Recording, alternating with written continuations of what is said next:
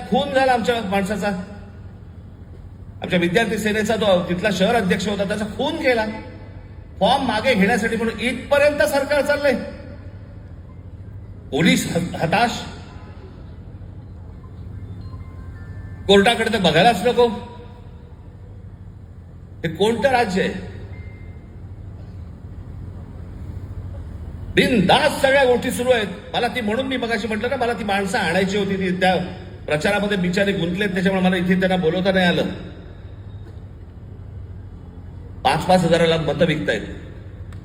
एका कुटुंबातले 3 जण उभे आहेत, शैलेश धात्रक, मनीषा धात्रक आणि पूजा धात्रक. किती पैशाची ऑफर झाली असेल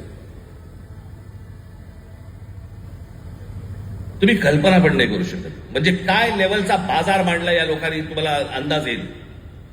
या 3 लोकांना एका घरात मिळून 15 कोटी रुपयाची ऑफर दिली गेली. 15 कोटी. आणि मला ते मुद्दामून इकडे बोलवायचे होते त्यांना, त्यांनी 15 कोटीची ऑफर नाकारून ते निवडणुकीला उभे राहिलेत.